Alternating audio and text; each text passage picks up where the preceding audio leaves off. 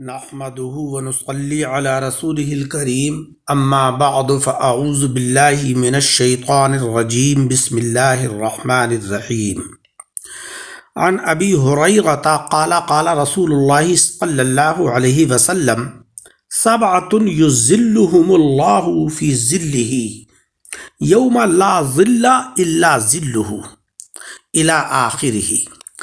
سامعین اکرام، اس حدیث مبارک میں جناب رسول مکرم صلی اللہ علیہ وسلم نے ان 7 لوگوں کا ذکر فرمایا ہے کہ جن کو اللہ تبارک و تعالی قیامت کے دن اپنے سائے میں رکھے گا۔ جس دن کے کوئی بھی سایہ نہیں ہوگا، اس دن مولا تبارک و تعالی ان 7 لوگوں کو اپنی رحمت کے سائے میں رکھے گا۔ وہ 7 لوگ کون ہیں؟ اس حدیث مبارک میں اس کا ذکر ہے۔ پیارے آقا فرماتے ہیں کہ 7 آدمیوں کو اللہ تعالیٰ قیامت کے دن اپنے سائے میں رکھے گا، جس دن کے پروردگار کے سائے کے سوا کوئی سایہ نہیں ہوگا۔ ایک تو وہ شخص کہ جو عادل سردار اور حکمراں ہے، یعنی انصاف کرنے والا حاکم، اور دوسرا وہ جوان کہ جو اپنی جوانی اللہ تبارک و تعالیٰ کی عبادت میں خرچ کرے، کیونکہ جوانی میں انسان بہت ساری چیزوں میں مشغول ہو سکتا ہے۔ ان تمام امور کو چھوڑ کر وہ اللہ تبارک و تعالیٰ کی جانب رجوع ہوتا ہے تو مولا رب العزت کو یہ اس کی ادا بہت پسند ہے۔ تیسرا وہ شخص کہ جو ایک نماز پڑھ کر مسجد سے باہر آتا ہے تو جب تک دوسری نماز کے لیے مسجد میں واپس نہیں چلا جاتا، اس کا دل برابر مسجد میں لگا رہتا ہے۔ ہاں، اس نے نماز پڑھ لی، اب وہ دنیا کے کاموں میں مشغول ہوا، مگر اس کا قلبی میلان جو ہے وہ اللہ کی عبادت کی طرف کو ہے کہ دوسری نماز کی اذان ہو اور میں پھر سے مسجد میں چلا جاؤں۔ تو مولا رب العزت کو ایسا بندہ بہت پسند ہے، قیامت کے دن اپنی رحمت کے سائے میں اس بندے کو رکھے گا۔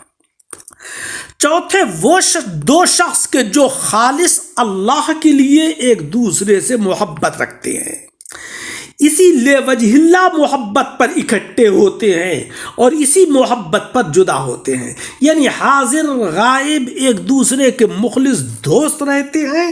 یہ نہیں کہ منہ پر تو دوستی اور پیٹھ پیچھے کچھ بھی نہیں۔ ہاں، ان کی محبت اس لیے ہے کہ یہ آپس میں ایک دوسرے سے جو پیار کرتے ہیں، جو لگاؤ رکھتے ہیں، وہ اس لیے کہ اللہ تبارک و تعالیٰ کی رضا اور خوشنودی حاصل ہو۔ 5واں وہ شخص کہ جو اللہ رب العزت کو تنہائی میں یاد کرتا ہے، پھر اس کی آنکھیں بہہ نکلتی ہیں۔ ہاں، وہ ہوتا ہے اور اس کا رب ہوتا ہے، تیسرا وہاں کوئی نہیں ہوتا ہے۔ تو اس موقع پر اس کی خالص توجہ کا امتحان ہو رہا ہے، کیونکہ اس وقت اس کی توجہ صرف اور صرف اللہ تبارک و تعالیٰ کی طرف کو ہوتی ہے۔ وہ مولا کی محبت میں یا مولا کے ڈر سے رونے لگتا ہے، گڑ گڑاتا ہے۔ اللہ تبارک و تعالیٰ فرماتا ہے، یا ملائکتی قد استحییت من عبدی ولیس لہ غیری، میں اے فرشتوں تم کو گواہ بناتا ہوں کہ میرا بندہ جو میری بارگاہ میں گڑ گڑا رہا ہے، میرے در کے علاوہ اس کے لیے کوئی اور در نہیں ہے، میں نے اس کی دعا کو قبول کر لیا ہے۔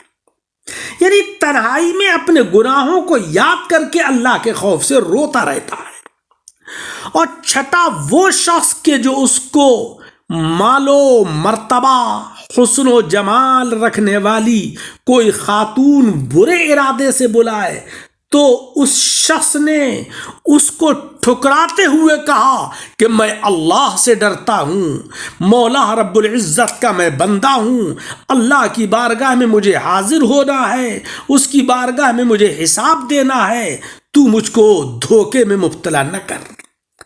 اور 7واں وہ شخص کہ اس نے اللہ کے لیے کچھ خیرات کیا تو اس کو اتنا پوشیدہ رکھا کہ اس کے بائیں ہاتھ کو بھی وہ معلوم نہیں ہوا کہ اس نے کیا خیرات کیا۔ اس کے دائیں ہاتھ کو پتہ ہی نہیں چلا کہ اس نے کیا خرچ کیا ہے اللہ کی راہ میں۔ اس حدیث مبارک میں اپنے سائے میں رکھنے کا مطلب یعنی ان 7 لوگوں کو اللہ تبارک و تعالیٰ قیامت کے دن جب کہ کوئی سایہ نہیں ہوگا اپنے سائے میں رکھے گا۔ اس کا مطلب یہ ہے کہ اللہ تبارک و تعالیٰ ان لوگوں کو اپنی رحمت میں داخل کرے گا اور آخرت کی ہولناکیوں اور سختیوں سے محفوظ اور مامون رکھے گا۔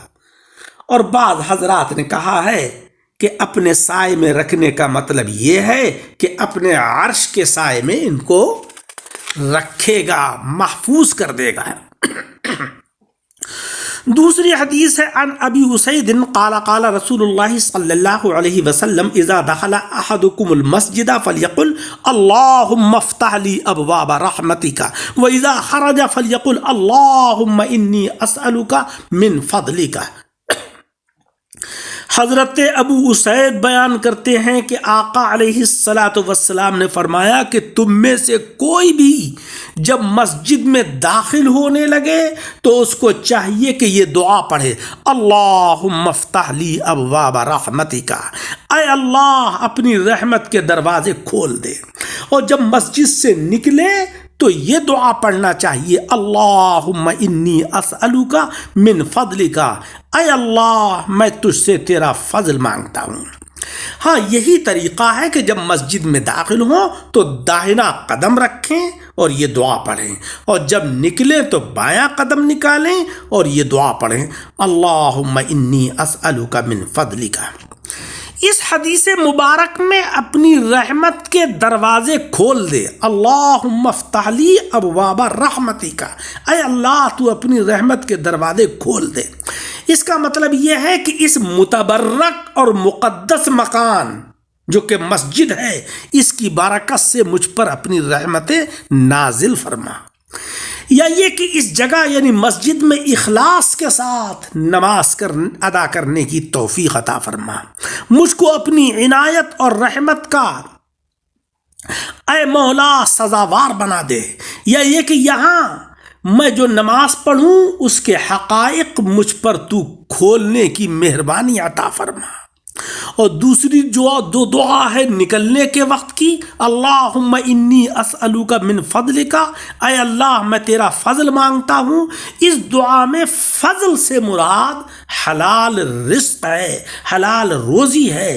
نمازی اپنی نماز سے فارغ ہونے کے بعد چونکہ عام طور پر اپنے معاشی معاملات میں لگ جاتا ہے، اپنے کاروبار میں مشغول ہوتا ہے، اپنی کھیتی باڑی میں لگتا ہے، محنت مزدوری کرتا ہے اور اپنی روزی کمانے کو جاتا ہے، اس لیے مسجد سے نکلتے ہوئے اللہ تبارک و تعالیٰ کے فضل کی طلب انتہائی موزوں ہے۔ اللہ رب العزت